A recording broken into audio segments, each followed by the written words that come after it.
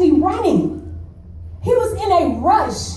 This was not convenient. This healing was not convenient while Jesus was passing by. That's why I say he was passing by. He didn't stop for anything. He was trying to hurry up and get out of there. And I believe the reason why he said this because the disciples looked at him crazy like, man, dude, don't you know? They're trying to cut your head off. We got to go.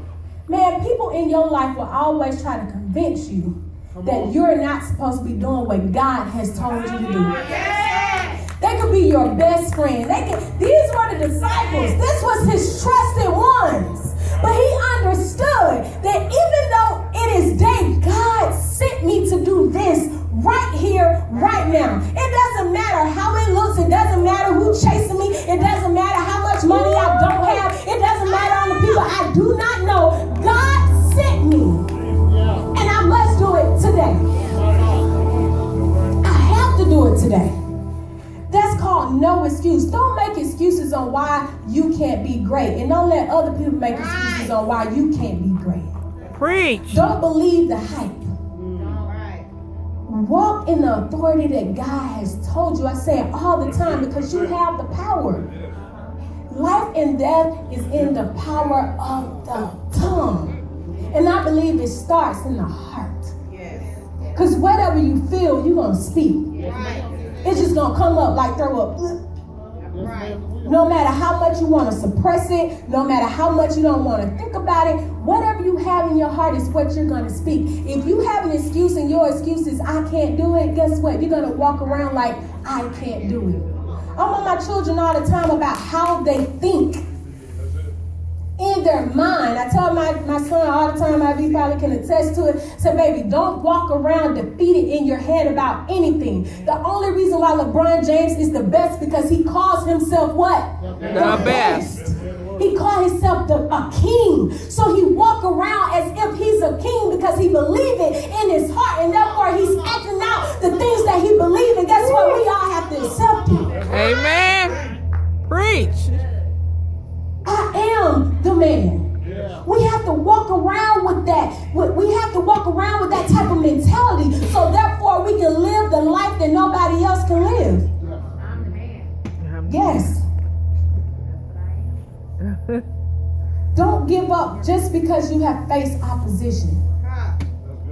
Just because the rock may look too big, you better figure it out. I say this all the time. If something is in my way, if I can't move it, I'm going to find a way to get it moved.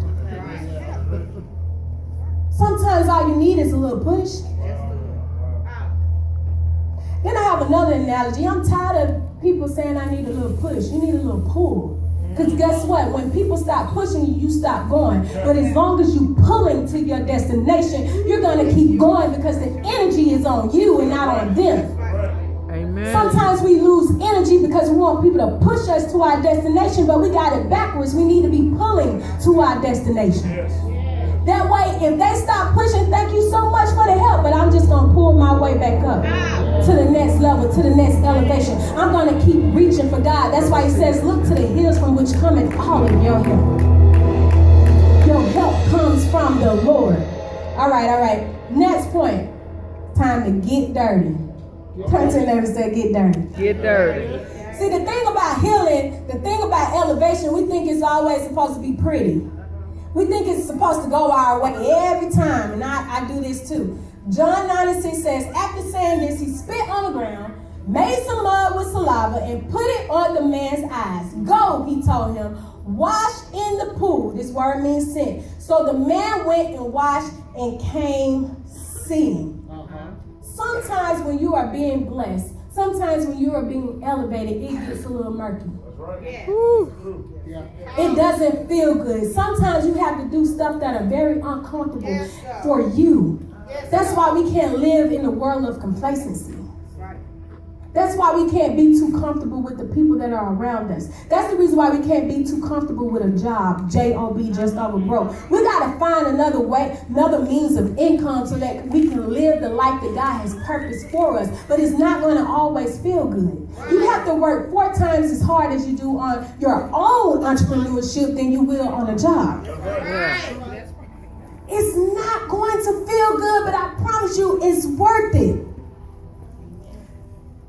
Another thing is, after saying this, he spit on the ground, made some mud with the saliva, and put it on the man's what? You're like, man, this is us.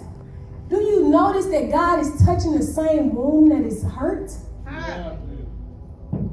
Do you notice that he's exposing the same wound that is hurt? If you ever had a scratch or a torn in something, for somebody to pick at something that's already hurt makes it hurt worse, right? God is already exposing the thing that hurts most. So sometimes in order for you to get the healing, God got to open up that wound. Sometimes in order for God to do the exact thing that he needs to do, he got to hurt you first. Have you ever heard that a broken bone heals better than a bone that has never been broken before? Sometimes he must break us to get to the area that we need to get to. Even though it hurt, we'll be so much better after we come out of the storm. Thank you, Lord. He had to expose the wound in order for the healing to take place. It's not going to be easy, but I promise you, I said it's going to be worth it. And sometimes in order to see, we have to watch some things in our lives. Because after that, he gave him something to do after that. It wasn't just, hey, I'm going to heal you. A lot of times we don't want to do the thing that God has told us to do, which is acting in obedience. He told him to go wash out this wound. Sometimes we got to wash out some things. Sometimes we got to wash out some people. Sometimes we got to wash out our finances. Sometimes we got to wash out a job. Sometimes we got to wash out lying. Sometimes we got to wash out backbiting. Sometimes we got to wash it out.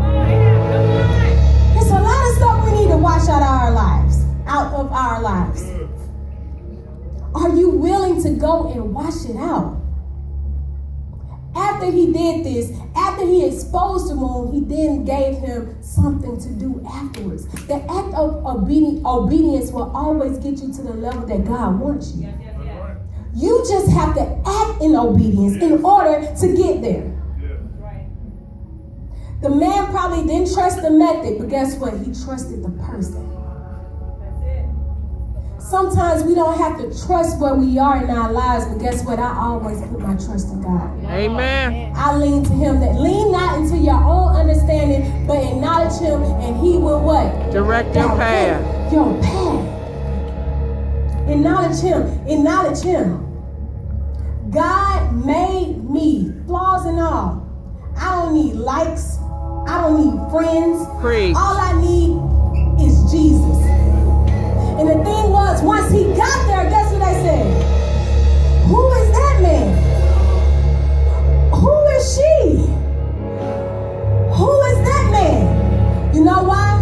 Because guess what? I can only imagine if that man could not see how his attire was. But once God has cured you and you're not blind anymore, you can get dressed for the occasion. So the thing was, they didn't understand who he was because at first he was blind. He couldn't see the outer